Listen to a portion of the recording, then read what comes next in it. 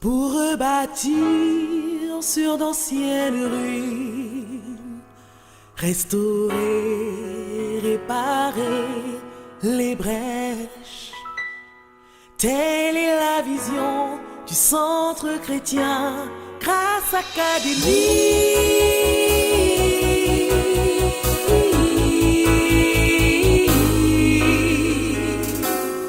Que la lumière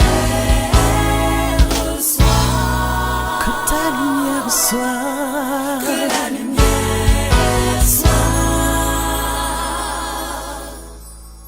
Grâce Académie.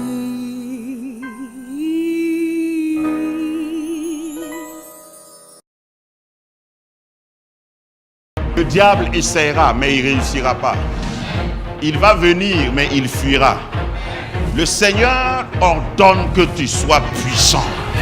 Tu seras puissant dans ton mariage. Tu seras puissant dans ton foyer. Peu importe ce que le monde nous propose, nous espérons en l'Éternel.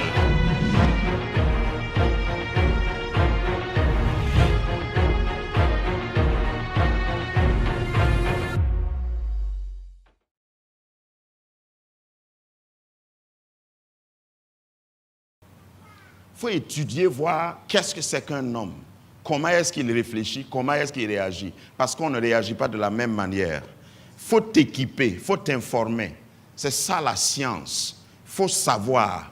Il ne faut pas lire seulement des photos-romans ou bien des romans-photos. Il ne faut pas regarder seulement des films brésiliens ou hindous.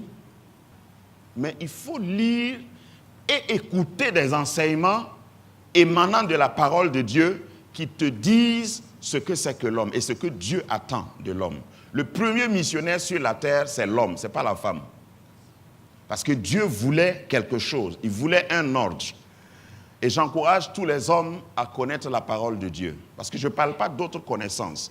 Les autres connaissances que tu peux acquérir dans la psychologie, dans l'anthropologie, dans des études concernant le genre, c'est bien, mais c'est secondaire. Il faut que tu saches ce que Dieu veut, ce que Dieu destine. Donc, il faut que tu te prépares, jeune fille. Parce que c'est la jeune fille qui devient la maman. Et je ne sais pas si vous avez remarqué, après le mariage, tout à coup, soudain, tu peux devenir maman. Ou bien vous n'avez jamais remarqué.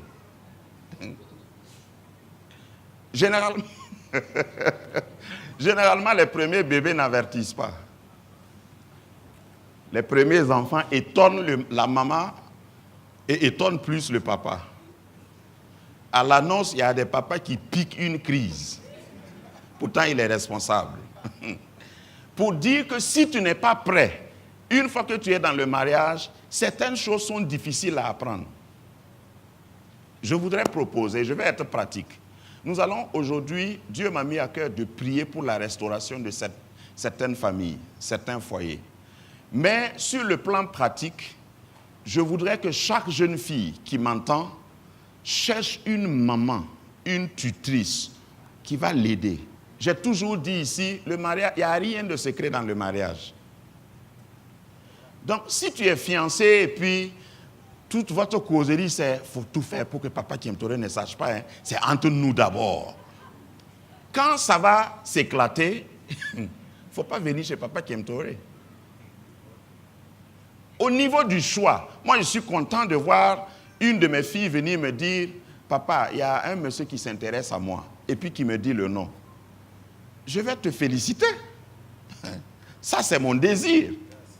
Et puis, je vais commencer à te donner des conseils, si tu veux. Mais je ne peux pas m'imposer à toi. Encore si tu te caches. Vous venez à l'église, vous vous remorquez, mais arrivé au tournant, là, chacun descend. Vous croyez que je ne sais pas? Vous descendez et puis il y a un qui passe par cette porte, il y a un qui fait comme ça pour venir. C'est qui toi tu trompes? Mais quand c'est fait clairement, tu informes ton père spirituel ou ton père biologique s'il existe. Tu informes ta mère. Si tu n'as pas ton père et ta mère biologique, il y a des tantis et des tontons ici. Quand tu les regardes, même toi-même, tu sais qu'ils connaissent quelque chose que toi, tu ne connais pas dans le mariage. Va vers eux, demande, prends rendez-vous, pose des questions. Quand un homme est fâché, on fait comment pour le calmer? Par exemple, pose une question à quelqu'un, une qui est mariée comme ça.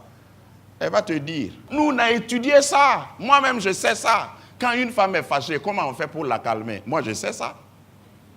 Mais si tu ne viens pas, tu crois que moi je suis vieux. Puisque c'est ça qui empêche les jeunes là souvent de venir. Non, eux ils sont périmés. Nous sommes des jeunes couples. Hein? Nous, c'est le love. C'est même pas l'amour, c'est le love. Ok. Quand ça va changer et ça va devenir en espagnol ou en chinois, il ne faut pas venir. Donc, il n'y a rien de secret dans le mariage. Mais on n'exploite pas, dans la préparation, je veux dire, on n'exploite pas toutes les ressources que Dieu met à notre disposition. Souvent, tu vis quelque chose et tu crois que tu es le seul à vivre. Pourtant, ton voisin même a vécu ça il y a 3 ans. Et il a dompté. Mais comme tu ne lui parles pas, comme tu ne veux pas t'humilier, poser des questions. Après avoir cogné ton nez au mur, tu appelles au secours et puis le voisin vient dire « Eh, c'est ça là seulement ?» Mais il fallait me demander. Mais en ce moment, tu as le nez cassé. Tu as déjà perdu du sang. Donc, il faut, dans la préparation, renseigne-toi. Va à la source de l'information. Quelqu'un qui a un enfant de 10 ans, il peut te dire comment est-ce que tu dois te préparer avec ton enfant de 8 ans, parce que ton enfant là aussi va arriver à 10 ans.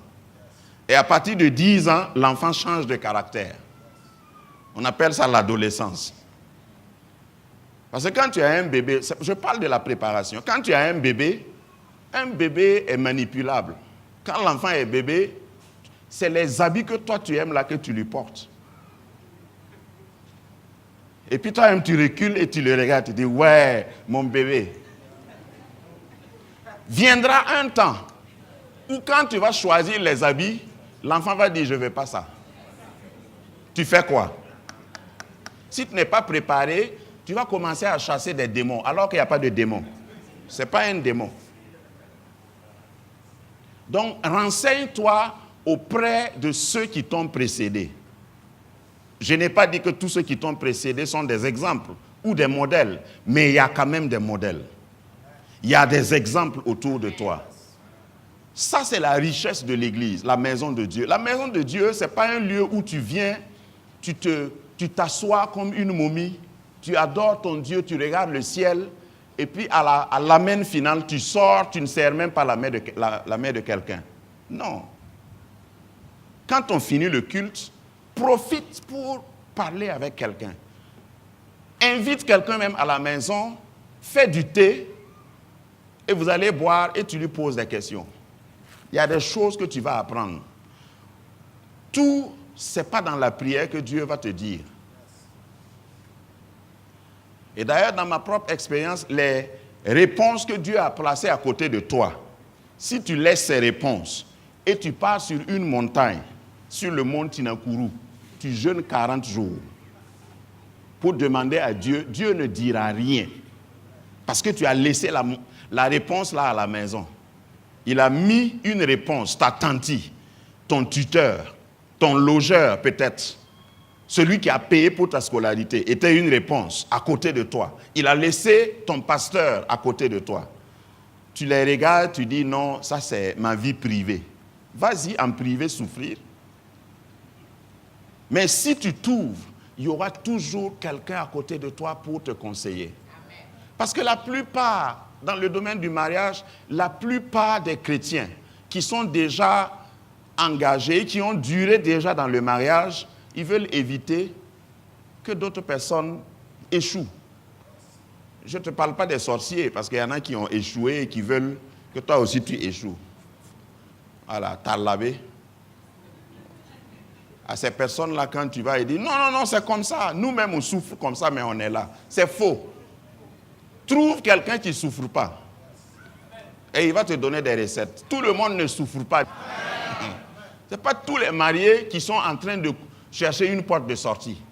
Le succès dans le mariage, ce n'est pas quand on dit à cause des enfants, on va rester. Ça, ce n'est pas un succès. Puisqu'il y a des gens qui n'ont pas divorcé, mais en réalité, ils sont divorcés. Lorsque tu commences à dire à cause des enfants, restons ensemble. Attends. Bon, si tu t'es marié normalement, le mariage a précédé les enfants. Je ne parle pas des autres, je parle de ceux qui sont mariés normalement. Parce qu'il y a aussi des gens qui se sont mariés à cause des enfants. Je suis au courant de ça aussi. À un moment donné, il y a 3 enfants qui portent le nom d'un monsieur. Donc la société, la famille, le ciel et la terre les obligent à faire le mariage. Et puis ils font le mariage. Mais normalement, ce n'est pas comme ça. Le premier couple n'a pas eu des enfants avant de se marier. Et Dieu a pris soin. Donc pour toi, jeune fille, je voudrais te supplier par les compassions de Dieu. Renseigne-toi, prépare-toi. Ton mariage ressemblera à ton célibat. Sur le plan caractériel. Sinon, pire même. Parce que quand tu es célibataire et tu as un mauvais caractère, ça se limite à une personne. Une fois que tu te maries, si tu as un mauvais caractère, c'est devenu officiel. Ça sort dans les journaux. Les voisins sont au courant. Donc, c'est très sérieux. Si tu n'es pas épanoui, si tu ne réussis pas ton mariage, quelquefois, ça peut affecter ta vie spirituelle. J'allais dire même, ça va certainement affecter ta vie spirituelle. C'est pourquoi j'ai pris ce temps. Et chaque semaine que je me prépare, c'est comme s'il enfonce le clou. Dieu veut que tu réussisses. Le mariage devrait être une étape où tu vas arriver et puis devenir meilleur. Mais il y a combien de couples mariés, quand vous les regardez, eux-mêmes aiment leurs photos de jeunesse. Ils regardent leurs vieux albums et disent, ah ouais, le bon vieux temps. Hein? Quand l'homme était l'homme.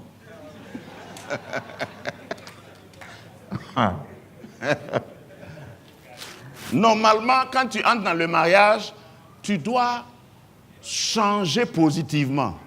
Et tous tes amis doivent te voir et puis dire, waouh, ça là, ça nous donne, nous autres célibataires, envie de nous marier comme vous. Mais si tu te maries, regardez les maquis de Ouaga. Moi, je me suis amusé à faire cette observation. Vous savez, dans les églises, il y a plus de femmes que d'hommes. Ok. Dans les maquis, il y a plus d'hommes que de femmes. Pourquoi? Pourquoi les hommes sont dans les maquis moins éclairés, mal éclairés?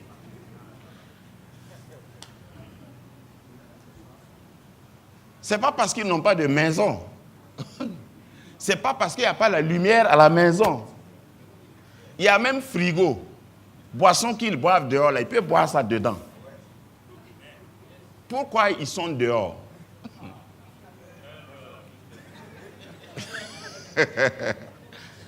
Donc, il faut que tu réussisses. C'est critique. Il faut que tu réussisses ton mariage. Amen. C'est une question que je viens de te donner. Demande à ceux qui sont mariés, aux femmes qui sont mariées, si tu es jeune fille, comment on fait pour retenir un homme à la maison tout le temps? Parce qu'il y a une recette. Ce n'est pas moi qui vais te dire ça. Fais des recherches. C'est comme ça qu'on se prépare. Parce que quand tu sais où tu vas bien t'organiser. Ton habillement même change. Grâce Académie, une vision, une plateforme, un cadre d'expression et d'épanouissement pour tout l'homme. Une ambassade du royaume de Dieu, un peuple d'adorateurs, un centre multiracial, une église sans cloison avec pour seule passion vivre la réalité de l'évangile de Jésus-Christ. Grâce Academy, une voix prophétique et une vision pour sa génération. Situé à Ouaga 2000, à 700 mètres de l'ambassade des États-Unis, côté Est.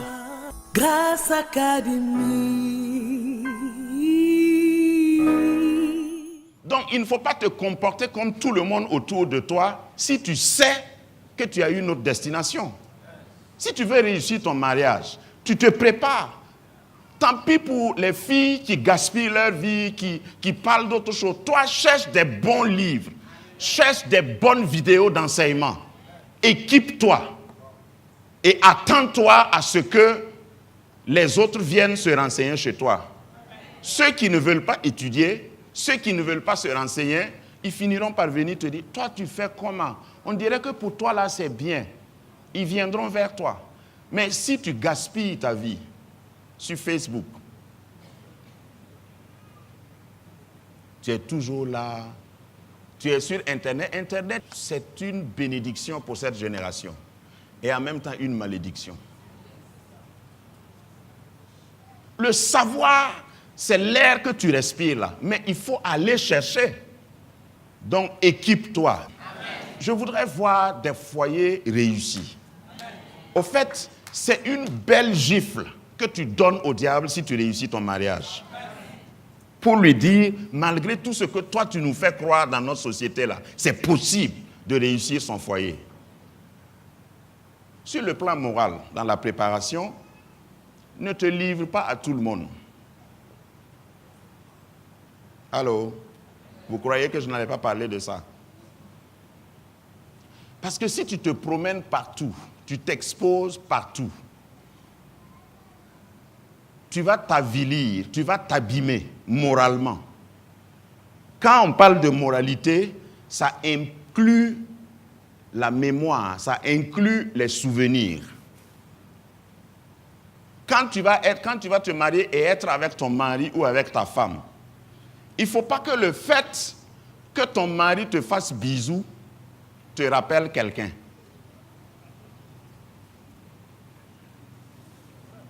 Excusez-moi, hein. Il te fait bisous et puis tu dis, je dirais que toi tu ne sais pas faire. Hein. Qu'est-ce qui te fait dire que lui il ne sait pas faire? Ta mémoire est souillée, polluée. Est-ce que vous voyez les enfants quand on leur donne un cadeau pour la première fois? Ils sont contents. L'enfant se jette dans tes bras et puis, voilà. Mais s'il a la même chose dedans, sa joie là va être diminuée. Donc c'est dans ton intérêt de te préserver. Quand j'enseigne, j'ai enseigné ça plusieurs fois ici, le cœur du jeune, le cœur de l'homme, c'est comme un sparadrap où il y a une surface adhésive. Si vous mettez un sparadrap ou, je ne sais pas moi, toutes sortes de rubans collants, par exemple ce toto collant là, si je décolle ça et puis je pars coller au mur, ça fait une semaine. Je décolle ça, je reviens coller ici, une semaine. Et puis j'enlève encore, je reviens coller. Qu'est-ce qui va se passer? L'écriture n'a pas changé, hein, mais ça va tomber. Ça a perdu l'adhésion. Il y a des gens qui entrent dans le mariage sans adhésif. C'est difficile de les coller. Il faut mettre une corde autour. Pourtant, ça devait être auto-collant.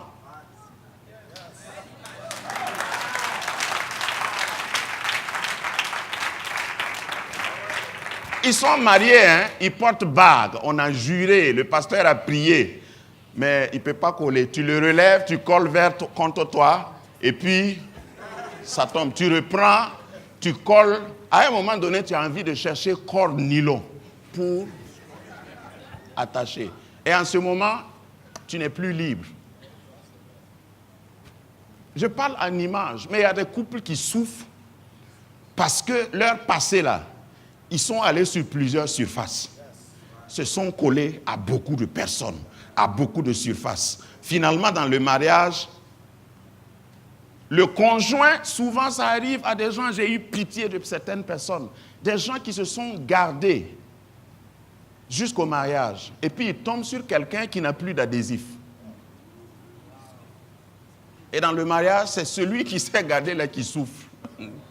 Parce que lui, il ne connaît pas d'autre chose, sa mémoire n'est pas souillée, mais celle ou celui qui est venu avec plusieurs expériences. Il y a une partie de lui qui est chinois, il y a une partie qui est brésilien, il y a une partie qui est samoa, une partie est mossi, une partie... Vous voyez ce que je veux dire? Finalement, tu le regardes, tu te demandes, il ressemble aux Nations Unies. Tu ne sais pas quelle nation ou quelle... hein? Tu ne sais pas comment l'attraper pour qu'elle soit satisfaite ou qu'il soit satisfait. Donc c'est important de se conserver. C'est la volonté de Dieu. Je vous ai dit que je ne vais pas diluer la vérité. Je ne te parle pas de l'actualité.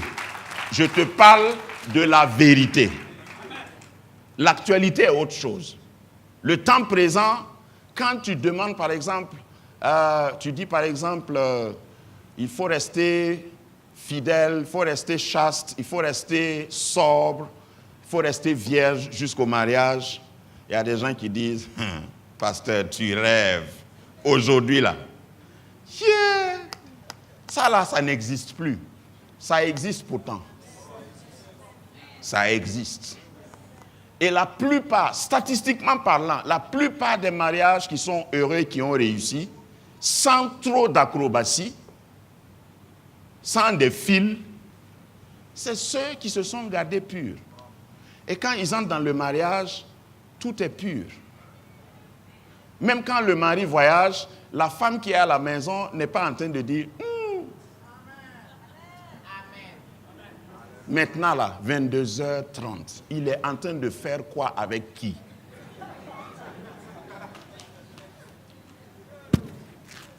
Puisque la mémoire n'est pas souillée, tu vas voir que cette femme qui reste à la maison est tranquille, son mari aussi est tranquille. Parce que détrompe-toi, si tu es célibataire et tu es en train de flip-flap, hein, tu es en train de courir partout, hein, et tu crois que quand tu vas te marier, tu vas te stabiliser. Tes pneus sont déjà crevés, tu ne peux plus te stabiliser. Hein, dans tes courses là, tu as perdu même tes jantes. Parce qu'il y a des gens qui, non, il y a des gens, je ne sais pas d'où ils tiennent ça. Ils disent non, quand même, je suis jeune là. Quand je vais me marier, non, je vais devenir un bon chrétien. Au moment de tes promenades là, et ça je vais peut-être choquer quelqu'un, au moment de tes promenades là, la Bible dit quand quelqu'un s'unit, un homme s'unit avec une femme, il devient une seule chair. Et maintenant il dit, si quelqu'un, un homme s'unit à une prostituée, il devient une seule chair avec elle. Haya, dis-moi Haya. Au fait, je ne voulais pas te choquer, hein, mais j'ai préféré te dire ça en même temps. Sinon, en privé, je ne t'aurais pas. Donc, je vais dire ça en public. Si tes yeux sont rouges, courage, ça va passer avec le temps. Si tu t'unis avec quelqu'un, tu es entré en alliance. L'acte intime est sacré dans la parole de Dieu. Ce n'est pas donné à tout le monde. Et tu n'as pas deux cœurs. Tu as un seul cœur. C'est pourquoi, quand j'enseigne, je dis, faut pas aimer, même si tu aimes la personne, il ne faut pas aimer dire je te donne mon cœur. Surtout quand vous êtes fiancés. Qui t'a dit que ça va marcher? On se fiancie pour voir si ça va marcher, pour s'étudier. Et si ça ne marche pas, toi tu as déjà donné ton cœur. C'est quand tu donnes ton cœur là qu'on joue au ballon avec. Amen. Je comprends que vous soyez subitement devenu très spirituel, parce que ce que je dis là est très sérieux. Prie, demande au Seigneur de t'aider. Ne te brade pas. Ne te vends pas aux enchères. Grâce Académie.